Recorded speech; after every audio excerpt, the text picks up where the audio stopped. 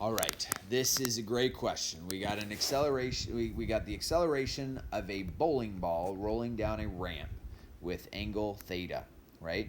So it says we have a mass m, we have a radius r. It's rolling without slipping. Okay, so rolling with that's going to be important later. Going down the angle of theta, and we're going to treat it as a uniform solid sphere. Now I took the liberty of looking up the rotational inertia of a solid sphere around its center of mass. Okay, so if we're just taking that sphere and rotating around the center, that would be its rotational inertia. Okay, the moment of inertia, right? 2/5 mr squared. Now this wants us to first draw a free body diagram showing the forces acting on the ball while it is rolling. Okay, can do. So the first force we're going to have is, of course, gravity, which is pulling straight down. All right. Now, this says free body diagram. I'm not going to do a free body diagram. I'm going to do a force diagram instead because I feel like that's going to be more helpful in the long run. So I've got force of gravity pulling down. I've got the normal force, which is at the surface. So something like this. Oh, that's kind of curved, but that's all right. So the normal force up, and then of course here I have friction because the ball wants to slide down, which means friction is going to oppose that, and friction is going to be like this, parallel to the slope, right? So we have three forces here: force of gravity, normal force, and friction. Now there's a couple of different ways to go about this question, right? Because the next thing they want us to do, of course, is to determine the acceleration of the ball in terms of g and theta. Now, one way to do this is to look at the center of the ball. Now, the problem with the center of the ball is that the center of the ball, yes, the ball is rotating around the center, but the ball is also translating down the ramp, right? So we don't only have angular acceleration, but we also have translational acceleration. That can be difficult to deal with. And if you're interested in seeing how that would work, I'll attach a different video. You can go check out one of my buddy's videos here, all right? But what I want to show you is the easiest way to do this. And the easiest way to do this is to treat the point where the ball touches the ramp. That is going to be our axis of rotation. All right? Now, there's two reasons for that. Now, one reason is because the point where the ball touches the ramp, we already said it is without slipping. That means that that point right there is at rest. V equals 0, right? It's not moving, so we don't have that additional acceleration down the ramp at that point. That point is at rest, okay? The second thing is this. If we make that the axis of rotation, then the friction and the normal force aren't going to cause torque because the R from the rotation there is 0. And so therefore the only force that's going to do any torque at all is going to be the gravity. And so that is going to simplify this question greatly. Now, the one thing we do need to be careful of is that the rotational inertia we were given is the rotational inertia of a sphere around the center. I'm now saying I want to rotate it around the end. Well, guess what? That is a parallel axis to the center.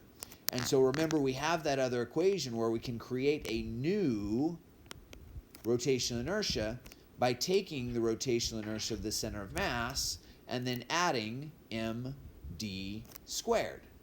So that's what we're going to do.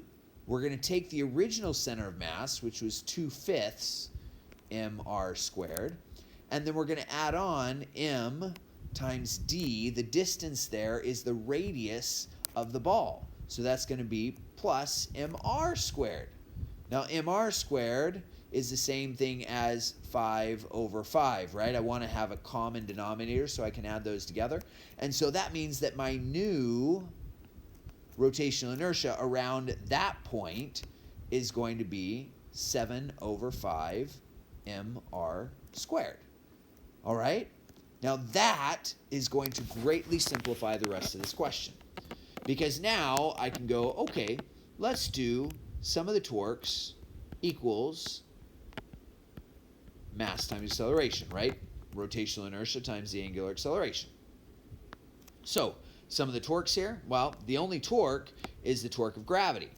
And so that's going to be the torque of gravity, which is going to be equal to the rotational inertia, which I just found was 7 over 5 mr squared.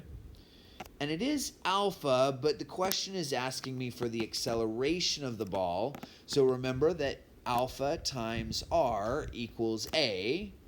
So therefore, alpha equals a over r. So I'm going to put that in. So I'm going to put a over r. So now all I need to do is find out how much torque gravity is exerting. Well, I need the perpendicular component. So I'm going to blow this up just a little bit. Okay. So there's the wheel. There is the force of gravity. But the point of the point of rotation is right here. So this is the r, right? Because r goes from the location where the force is being exerted to the axis of rotation. And this is the axis of rotation right there. So what I want is how much of that is perpendicular to the radius. So therefore, remember, if this is theta, then gravity is an angle of theta away from my new vertical, right? My new vertical is perpendicular to the ramp. And we've done that before. We did that when we did things going down a ramp before, and we always said that gravity was theta as well. So the perpendicular side there, that's the opposite side. That would be opposite over hypotenuse. The hypotenuse is FG. So all I want is this section, the opposite. So that's going to be FG sine theta.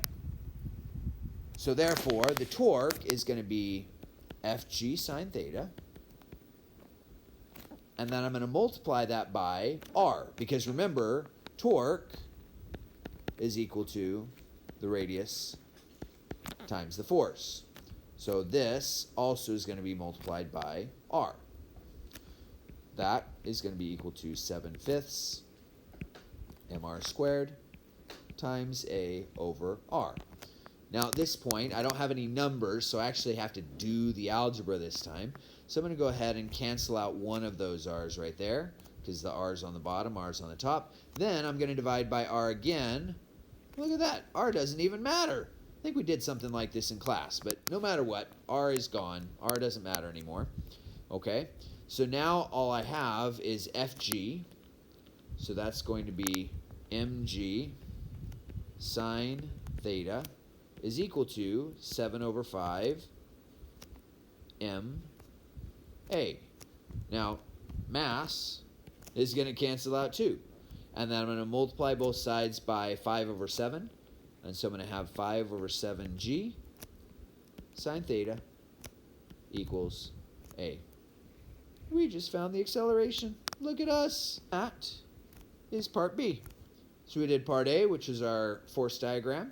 We did part B, which was finding the acceleration. Part C says, what is the friction force acting on the ball?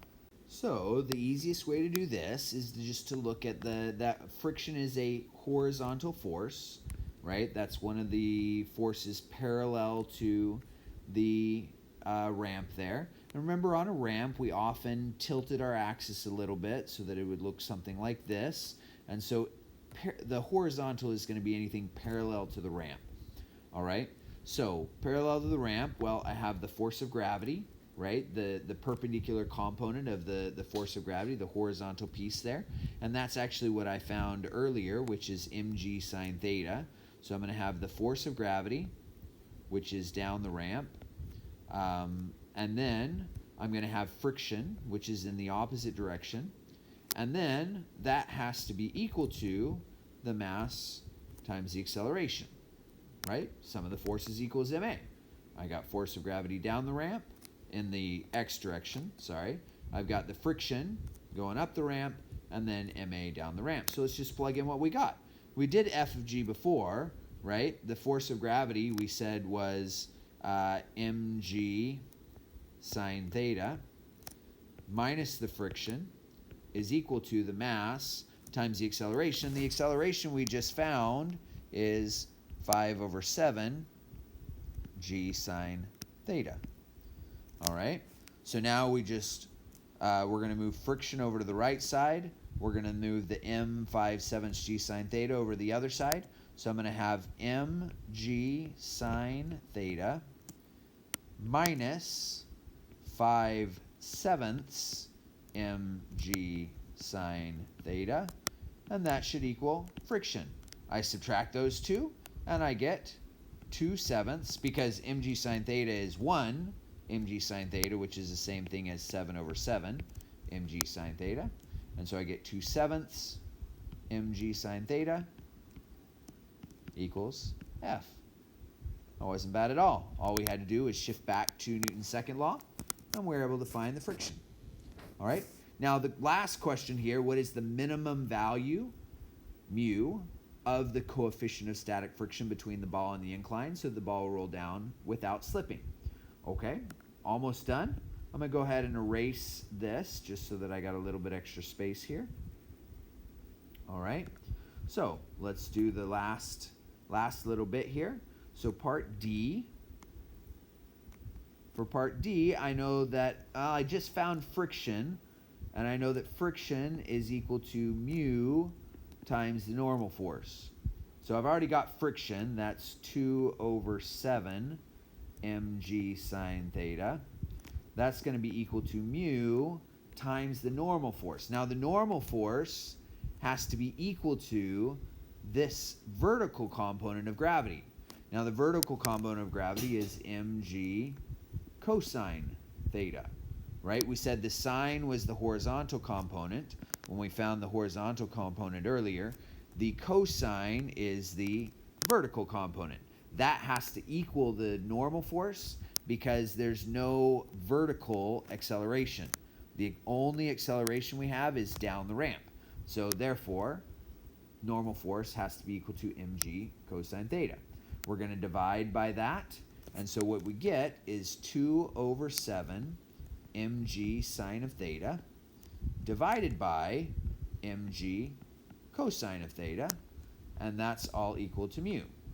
We did cross out the m, we cross out the g, and sine over cosine is tangent. So we end up with 2/7 tangent of theta is equal to mu. That is the minimum coefficient of friction. All right, there we go. This is a great question, right? We got to look at some rotational things with the torque. We got to practice our parallel axis theorem because we were going through a different point, not rotating around the center. We also were able to connect it to Newton's second law and then connect it back to friction. So this is a great question. We got to use a lot of different physics here and see a lot of different things. Rolling down a ramp is a common question in AP Physics. See you next time.